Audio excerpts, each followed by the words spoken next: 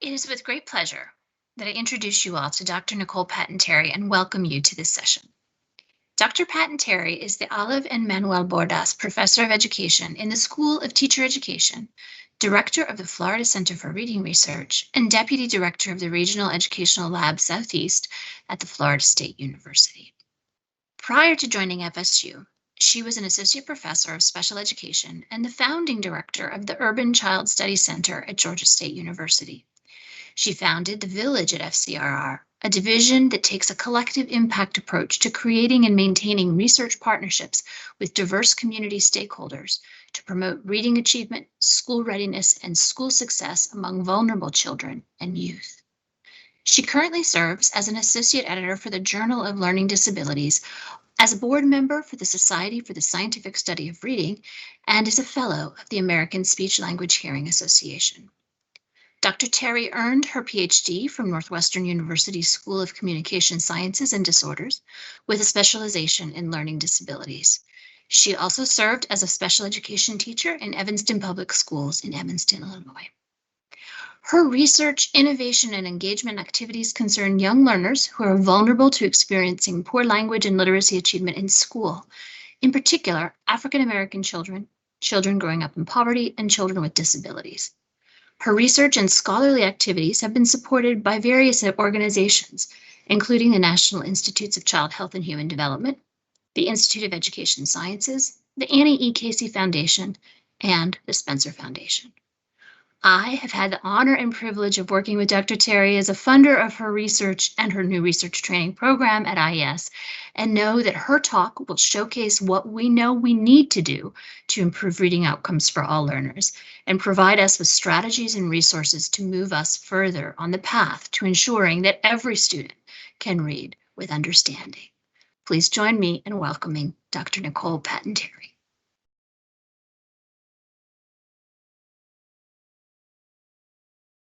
Good afternoon. My name is Nicole Patton-Terry, and I'm coming to you from the Florida Center for Reading Research at Florida State University. I'm really honored that you chose to spend a little time with me as we think and consider over the last couple of days about how it is that we actually deliver on the promise of evidence-based reading instruction for all of the learners we serve in all of our schools around the nation. Before we begin to have that discussion, I think it's important to start with our current context because place matters. It matters to how it is that we feel about today, how it is that we feel and come to this space to consider these options for our students. It certainly matters for our young children as well. So let's think about that for just a moment. Where are we today? Well, today we're still sitting in the middle of a global pandemic where unfortunately worldwide, nearly just over 3.5 million people have lost their lives to this virus. Even here in the United States, as we're starting to turn a bit of a tide and we're starting to see fewer rates of and incidences and cases of the disease, as well as fewer deaths as a result of the disease, we still, though, have in our nation around 400 or so individuals who lose their lives to this virus every single day. And so we're all still dealing with that, managing that. Many of you may have even had the virus yourself. Many of you have maybe lost people that you love, people in your family and friends and colleagues as a result of this virus. You may have people in your lives who are still working through and dealing with the consequences of having the virus. And the same is true for our students. And so we have to acknowledge that we're still in this space, in this extraordinary year, handling this extraordinary issue all together at the same time.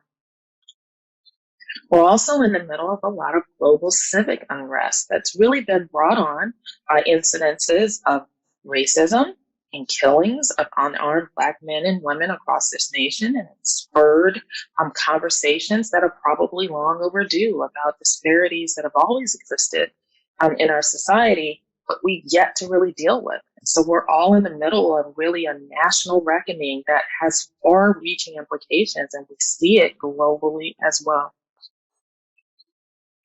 And then, of course, we've had some global schooling changes, right? These are my 3 kids, my 3 students. I have a high schooler, a middle schooler, and an elementary school student who all had their first day of school this year at home with me. Even my little kindergartner, his first day of school this year was at our dining room table. And so our students are learning differently. Make no mistake about it, though, they're learning. They've been in school, whether it's been hybrid, maybe it's been remote, maybe it's been on campus, maybe there's been some version of that in between. But our kids have been learning, but the conditions under which they are learning are quite different than what they're typically used to. Which means we've also had global working challenges. So here's my little coworker and I sitting here at our dining room table in the early school year last year, getting work done. He's working on his kindergarten work, and I was working on something associated with my job at the university. So we have been working differently this year. All of us have been working differently this year, and we're still managing how it is that we get back to a space where we can maybe work similarly than we used to, but certainly things will not ever be the same. And so it's a fair question to stop and ask ourselves, why should we be in this meeting today? Why are we having this discussion about reading? There are many challenges facing each of us individually. There are many challenges facing our society. Perhaps we should be focused on those issues and not necessarily focused on reading achievement at this moment in time. So why should we be having this discussion? Well, I think that we should be having this discussion because education still is one of the best chances we have for a more equitable and just society. As we've been living through all of these challenges and awakening to all of these disparities, which we also see in achievement in school, education becomes a space where we get to lead. It's where we get to lead for change and make sure that our students, all of them, have the best chance they have in the lives that they will live. So reading remains paramount in any discussion that we have about education. And it's where we get to come out in front and do something to support our youngest learners. So what have we been doing? What has the field been doing to address reading? I hope as you heard different people talk over the last couple of days, and as you continue to attend sessions today, what you will come to realize is that we've actually been doing quite a bit as a field to understand and address issues associated with reading. In particular, we've seen an explosion, an extraordinary amount of research in the last 50 years or so to help us better understand how reading develops, how we might teach reading, how we might assess reading, what kind of challenges different groups of students might encounter that make it difficult for them to learn to read, and then what we might do to support their reading. We've also done much more to understand what we do for reading beyond the early years, right? What's happening as children grow older and transition from learning how to read to reading how to learn.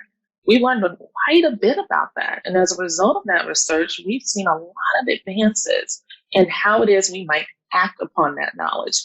So many more evidence-based curricula out there, many more evidence-based assessment tools out there, many more practices that are in place that allow us to take that evidence and actualize it in schools and in homes and in communities to ensure that our kids are reading.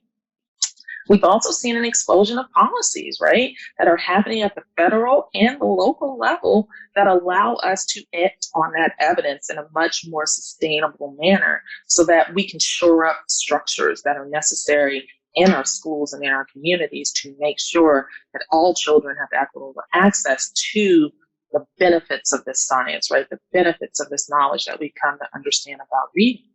All of this has happened really, quite frankly, in the last few years. It's been in many of our lifetimes that we've seen this explosion happen, specifically as it relates to reading. And we're not done yet. This is a paper that I wrote with my colleagues at the Florida Center for Reading Research, and we talked about how the science of reading and what we are coming to understand about reading is still evolving. And good news for us, it means we still have a job. But we still have a lot to learn. There's much we need to learn about how to support all of our learners and to create conditions that ensure that all children are reading well. We certainly don't know enough about what to do for our most vulnerable learners. We don't know enough about how to ensure that our children with disabilities are reading. We don't know enough to ensure that our children who are growing up in poverty are reading. We don't know enough to ensure that children who are growing up in rural areas are reading. There are lots of populations within and student populations that we all serve in this nation who can benefit for additional research on reading. So there's more to do and more to learn, and we are here for it. We're ready for it and we're excited for it, but we know quite a bit. So you would think that after all of this time and all of this concerted effort, we should be in a nice space right now. We should be in a bit of a utopian kind of society, at least as it relates to reading. Things should be going pretty well. We've got research informing practice and practice informing policy and policy informing research, and that's all moving along smoothly.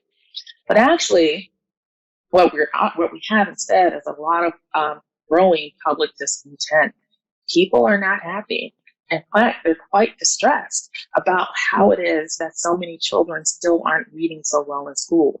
If we have all of this science, if we have all this evidence, then why is it that so many children are still struggling in school? And quite frankly, we researchers aren't happy about it either. You've seen a lot of writings, a lot of special sessions and symposia and journals and pieces that are being put out there in the world right now because, quite frankly, we're all frustrated that what we think we have come to understand about reading isn't showing up in our classrooms. And why did this happen? It happened because when we took a look at our recent NAEP scores, and the NAEP is a National Assessment of Educational Progress, it's our national thermometer, the way we check in to see how kids are doing every couple of years in academic skills, and specifically for writing in 2019, which was the last time that reading in 2019, which was the last time we were able to give this assessment, what we saw was that for children in 4th and 8th grade, for the first time, our scores on average are going down. So it doesn't make sense that if over this time period that we've had such an explosion in reading research, that our scores are actually going down, that children are actually less proficient. And keep in mind that when you look at what you're looking at are scaled scores, right? So these are scores on average for children in 8th grade and children on average in 4th grade. This black line is proficient. So this would be what we consider reading on grade level. And what you see is on average, we're still having kids performing below proficiency rates. On average, anyway, we've always been a little bit below average. And now we're going in the wrong direction. And then when you take a closer look, what you realize is actually it's these disparities we keep talking about. That's what's showing up here. So for the kids for whom the scores are going down, they are the kids who are more likely to be our most vulnerable learners. So again, I'm showing you 4th graders and I'm showing you 2019 reading scores on the NAEP. And what you see is that about 1 in 3 or 35% of all 4th graders were at meeting those proficiency levels of performance. But when you look at our subgroups of student populations, what you find is for our Black and Hispanic and children who are growing up in low-income households, only about 1 in 5 of them are reading at proficient levels. When I look at students with disabilities and students who are emerging bilinguals or English learners, I see 1 in 10. 1 in 10. That's a lot of kids who are not performing at the levels that we like to see. And it turns out that it's more likely that's going to happen if you're a student for whom there is some vulnerability or some disparity in our society. And this problem is very likely not going away. The youth, because public schools in the U.S. are actually becoming more diverse. So our the National Center for Education Statistics, you can take a look every couple of years. They project out what the student population might look like in the coming years so that we can plan appropriately for schooling in our nation. And what you see is the number or percentage or number of white students is projected to go down, while the percentage or number of Hispanic students is expected to go up. The percentage of Black students is expected to remain about the same. So our schools are going to become more and more diverse. More children who are vulnerable to not doing well in school are going to be in our public schools as we move along. And many of those children are going to be growing up in low-income households and in poverty. And so what you see, for example, in our most recent scores, and this should be 2019, what we find is about 38% of children in our nation under the age of 18 are growing up in low-income households. And there are disparities. Our Black, Hispanic, American Indian children are much more likely to be growing up in low-income households than white students. So again, those disparities keep popping up. And then you find out that there are children in our nation and their families who actually are going to court to guarantee the right to literacy in their schools. And so this was just last year. A court case has been going on for a while that was settled last year in Michigan, where families were suing to receive high quality evidence-based reading instruction for their children at school. And you wouldn't think that a parent would have to go to court to make sure that their children were guaranteed these rights to literacy. Because actually, as it turns out, that's a constitutional question in our nation. So you can imagine why it is that we all might be feeling a bit unsettled at the moment. We've got a lot of things happening here, and we're uncovering and discovering a lot of disparity happening here. And all we want to do is just make sure our kids are reading. But there are lots of things that are happening that seem to be making that more difficult than it needs to be for our kids. So what is our charge in this moment? Why is it that you've shown up today on all days to think about and address reading for your kids? Tim Shanahan, who's a prominent reading researcher, has a blog that he puts out. He puts out posts on a frequent basis. And one of his most recent blogs is actually in January of 2020, where someone asked the question, why is it so hard to improve reading achievement? And in his response, what he did was compare our challenge to what Jeff Bezos encounters in Amazon, where when you ask him the thing that keeps him up at night, what he says, it's a last mile. It's not really what's happening in warehouses. It's what happens to make sure that you get the package on your front doorstep when you wanted it, when you expected to have it. It really is that last moment that keeps him up at night. So Dr. Shanahan challenges us to think about that for kids and reading in school. And the way he phrases it is that maybe what we ought to think about and the way maybe that we might approach this problem is it might be difficult for us to sit and think that we should do something different, right? Because in our daily experiences in our classrooms, we know there are children for whom it appears to be working. Whatever it is that we're doing, it appears that it's working. So why would we trust that someone else we don't know or some other expert or some other new program comes in and says that it's going to make a difference for kids reading? Why would I do that, right? I can trust what I see in front of my eyes. And what I see in front of my eyes is that on average, most of my kids are doing okay. He asks us to acknowledge those successes because you're right. More than likely, it's not the case that anything that any one teacher is doing in a classroom on every single day is entirely wrong, right? Many of us are doing the best we can on any given day to serve our students.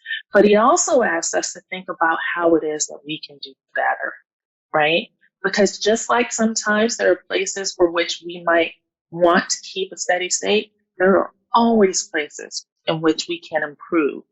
And we need to improve on behalf of our children because the goal line has moved. Our expectations for what it is that we wanted our children to learn and understand, to be citizens and function well in our society, are always evolving and always changing.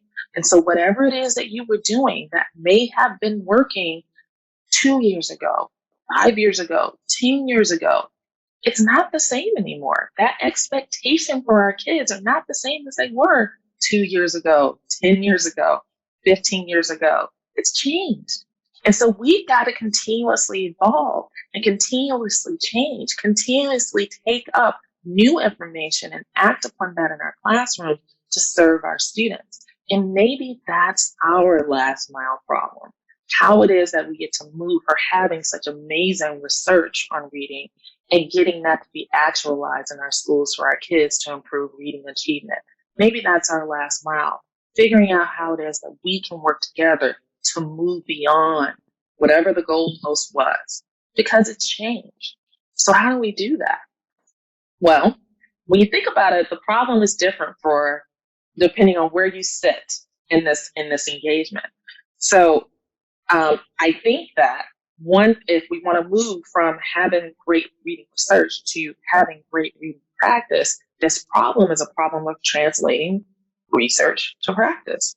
And if you're a researcher, you approach that a little differently than if you are an educator or a teacher or a principal or practitioner out there in the world trying to make it happen on a daily basis.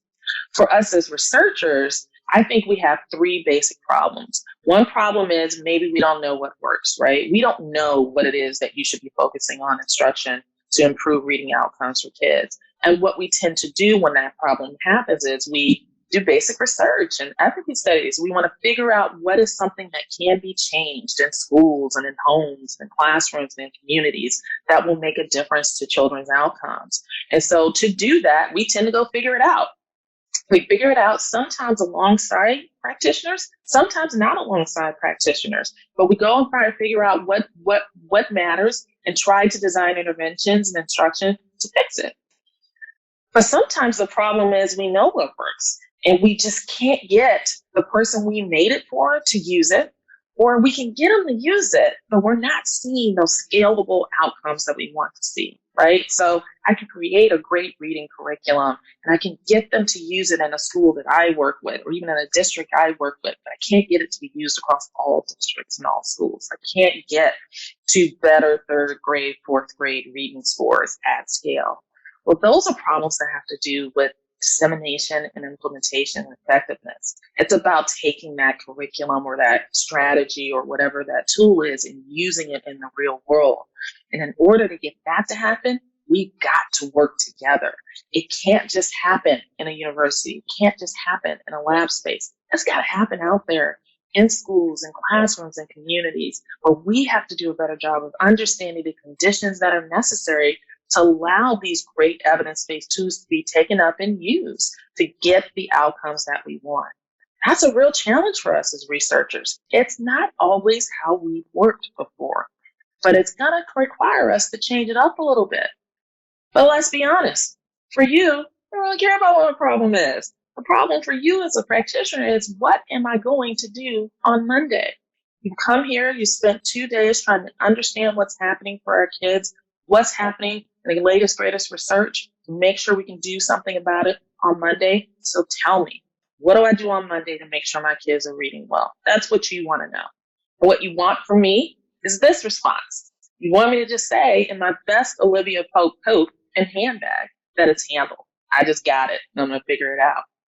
But in the end, what you really typically get from us is a little bit of Tony Stark. We're really not here at the moment because it's really difficult for us to be able to answer those questions for you. And so we sort of back away and we work on it and we come back when, we can answer the question, but that doesn't help you on Monday. So you get frustrated with us too. The reality is maybe what we all need is to lower temperature here a bit, in my best Joe Biden voice. And this is not a political question at all, but it's much more about making sure that we rise above the rhetoric that's out there associated with the science of reading.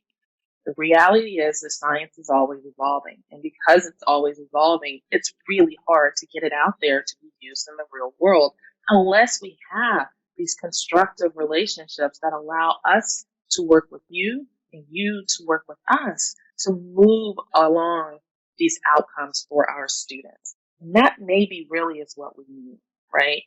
That's our last mile, is how we can figure out how to do this well together. So what's the one thing you should do? People always ask you this, right? They always ask you if there's one thing I would invest in, one policy that we should do, one program we should buy. The reality is this is hard. Making sure that all kids are reading well and reading on grade level is hard. If there was just one thing to do to fix this problem, we would have done it by now. We're all pretty smart. You're pretty smart. I'm pretty smart. Everybody here is pretty smart. If it was just one thing, we would have figured it out by now.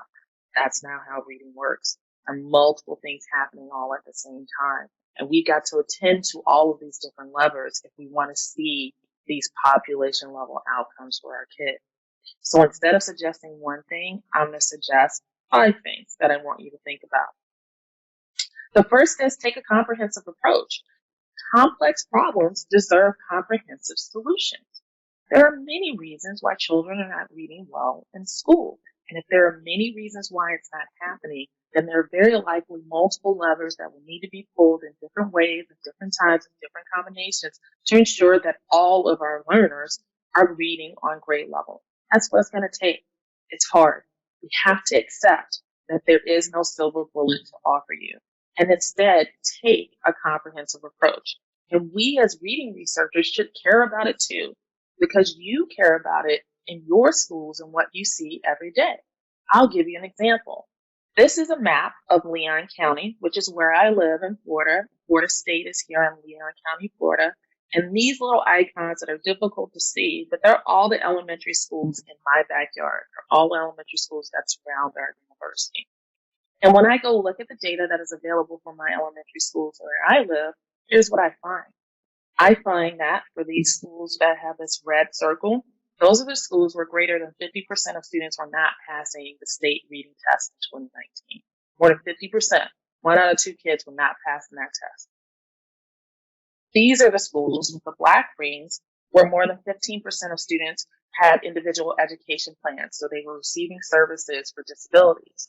And what we know about children in school-age population who have disabilities, the majority of them often struggle with language and literacy. So those are very likely a large number of kids who need support with reading in school.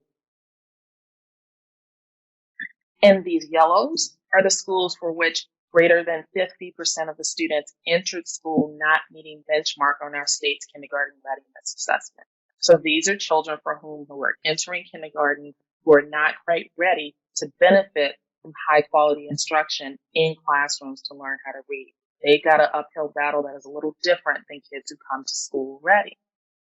If I walk into any one of these schools for which all 3 circles are lighting up, they've got multiple reasons why kids in their schools might be struggling with reading. And I cannot possibly approach them with one solution. They got lots of things that they need to attend to. And it's my job as a researcher to help them figure out how to make the best use of the science we have available to improve outcomes for all of those kids. That means we have to think about where we work and how we work and what are the barriers and facilitators to making sure that reading is working in this place, which might be different than the way reading is working in this place. But my university sits in the middle of it. So my job is to make sure that I can understand and help them all, as it is yours too. So if I'm going to help and you're going to receive the help, then we've got to make sure that we're making decisions based on verifiable evidence. Because if there are all these many reasons for which children are struggling in school, we've at least got to make sure we're using evidence to make our decisions. Because when it comes to children, we should be certain about what we're doing. Here's why. Can we even afford this house? I'm pretty sure we can. Pretty sure. With Rocket Mortgage, you can be certain. Not pretty sure. What's the difference? Let me show you. I'm pretty sure these aren't poisonous. I'm pretty sure these are parachutes. Mine has a sandwich. That's mine. I'm pretty sure you do not run. I'm pretty sure you can take Batista down. You're on. Yeah, I'm pretty sure this is trending. I'm pretty sure these hornets aren't the murdering type. I'm pretty sure we can make it.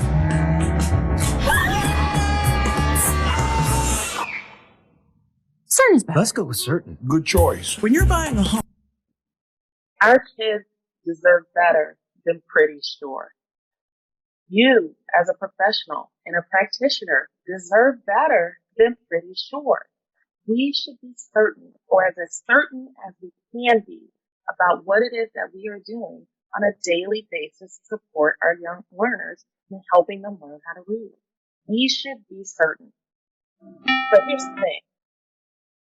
Why we keep talking about evidence-based and why it matters is because There are cases in which there are many things we do on a daily basis for which there isn't sufficient evidence. For example, that sugar causes hyperactivity, right? There's not a lot of empirical evidence out there available to us to suggest that sugar does cause hyperactivity. Now, does that mean my 6-year-old gets to have a cookie every night? No, he doesn't. Even though I know empirical evidence suggests that it doesn't cause hyperactivity. He's actually not getting a cookie because we have a family history of diabetes in the family. And I'd like to say that all for him. There is an evidence base for that, right? But we make decisions all the time on things that for which there isn't a large evidence base. And sometimes those things aren't harmful, right? I'm not getting a cookie every night. He might not like it, but he'll be okay, right? But some of those things that we do, they're actually quite harmful. Some decisions we make that don't have an evidence base can be quite harmful. For example, the idea that vaccines cause autism. There is not a sufficient evidence base to suggest that vaccines cause autism. In fact, there's a much more significant evidence base that suggests that it doesn't. But because of that knowledge, because we had that inkling that vaccines cause autism in our society, we as a society have completely changed how it is we vaccinate children in our country. Even I, as a parent, had conversations with my children's pediatrician about the schedule from which they do vaccines because of this information that really was false. So sometimes we make these decisions based on evidence. If we don't make these decisions based on evidence, sometimes the outcome can be quite harmful for our youngest learners. And when it comes to reading, we do not have to guess. We know quite a bit about what works to support our youngest learners in reading. There's more to learn. We need to learn a lot more about what works for whom, under what conditions, and in what ways. But that doesn't mean we're starting from ground zero. We have a lot of information upon which to make informed decisions. And we want to make informed decisions because we want to increase the odds that we have the outcome we want to see for our kids. And it's hard to increase the odds if you're guessing. So we want to make those informed decisions. After all, prevention costs much less than intervention, right? And then remediation. And I don't just mean financially. I also mean emotionally, socially, emotionally for our youngest learners. Much harder if they get to a point of experiencing failure when they don't have to. So we want to make informed decisions. And to do that, we really just need to think about balancing improvement and innovation. Because sometimes this is just a matter of doing better. If you know better, you do better. And sometimes we do need to be innovative. Sometimes we've got to rethink how it is that we do what we do so that we can come away with a different solution. We've got to balance both to attack this problem. But when we do it, please make use of evidence-based resources that are available to you. There is no reason to reinvent the wheel here. There are several resources out there based on evidence that you can use to inform your instruction on Monday. You don't need to wait to create those things yourself. You don't need to wait for a new vendor to walk in and give them to you. Many of these things are available for free. For example, at the Florida Center for Reading Research, we have over 350 student center activities that are available to you for free to download from pre-K to 5th grade. They focus on different areas of reading instruction like comprehension and vocabulary, and phonics, and phonological awareness and vocabulary. And they're there and available to you to download for free. Here's another example, the Regional Education Labs. Some of you may have visited some of their poster sessions. We at the Florida Center for Reading Research have one of the 10 regional educational labs that are across the nation. Ours is the one housed in the Southeast, and we develop evidence-based resources that educators and policymakers can use to improve reading outcomes in schools. For example, we have recently developed a professional learning community focused specifically on emergent literacy that can be used for preschool teachers to help them teach areas that of emergent literacy instruction that are known to support later reading ability in elementary school. We also have PLCs focused on kindergarten to 3rd grade reading instruction and help in again, areas that we know based on the evidence where if you provide instruction in those areas, you should see improved outcomes in reading for your youngest learners. We even have for that a companion guide that teachers can use to support family involvement in early reading development.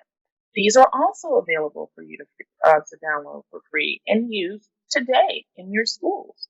There's even a companion website that was designed for families. We designed it during the COVID-19 pandemic when many children were learning at home. And so we took all those evidence-based recommendations, we placed them in lay language.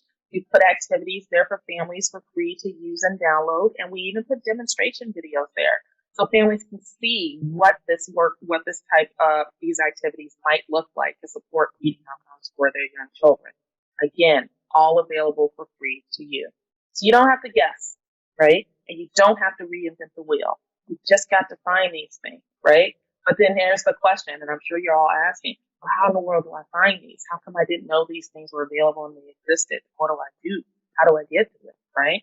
Well, it's hard because there's a lot out there. There's a lot of information out there, and it's hard to be a critical consumer who can look at these things and understand if they will or will not work in your context. So I think you got to channel your inner Michael Jordan. I'm sure you were with me last summer when we were watching that docuseries on him and the championships that he went through. And there are a couple of quotes in there that really stand out, right? He talked a lot about winning and how eager he was to win. And we are certainly very eager to win on behalf of our children as it relates to reading. But what he came to soon understand was that he couldn't do it alone. That talent might win a game, but teamwork, that wins the championship.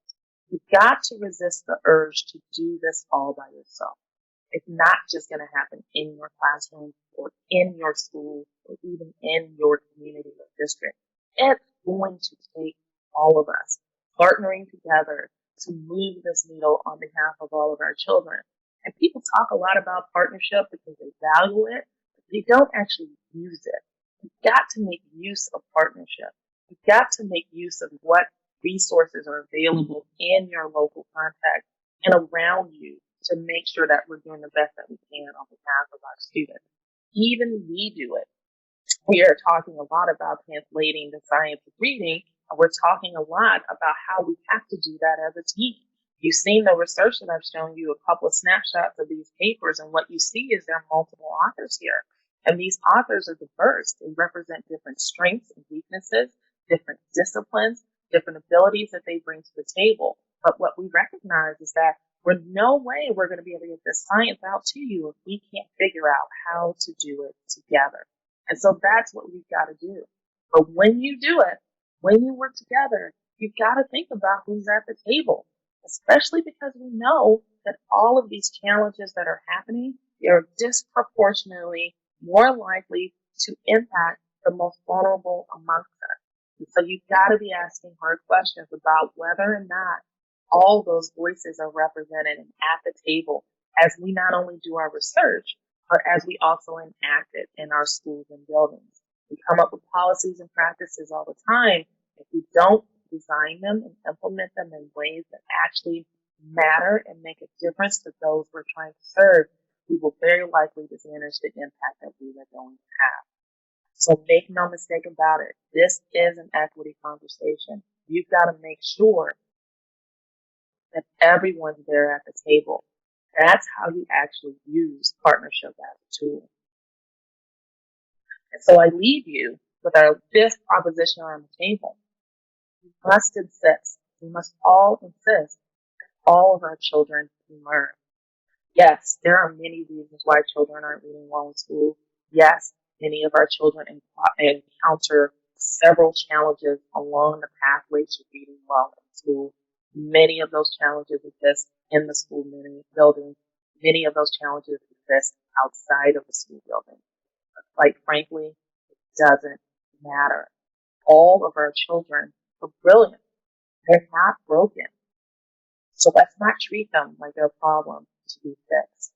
We have to believe that we have to insist that all children can learn.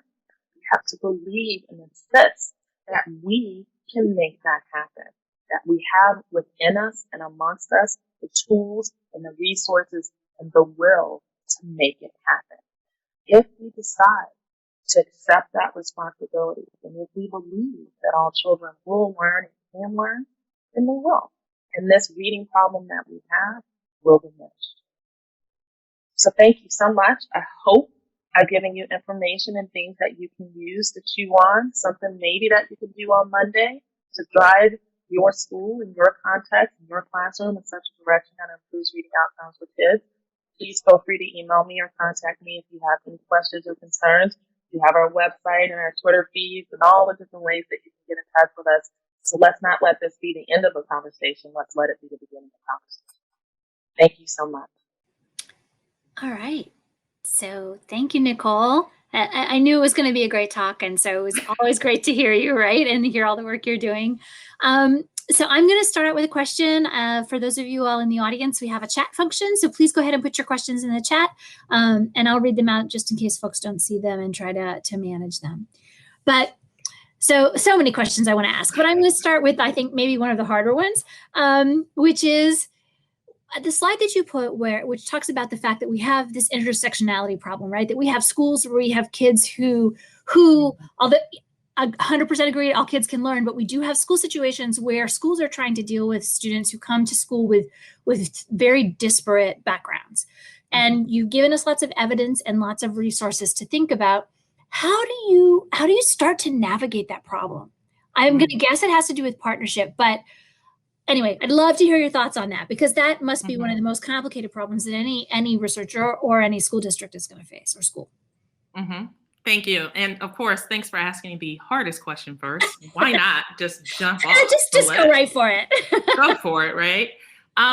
So I think in my experience, and sure, I'm going to put my researcher hat on here, but I think there is a lot of information out there available to us.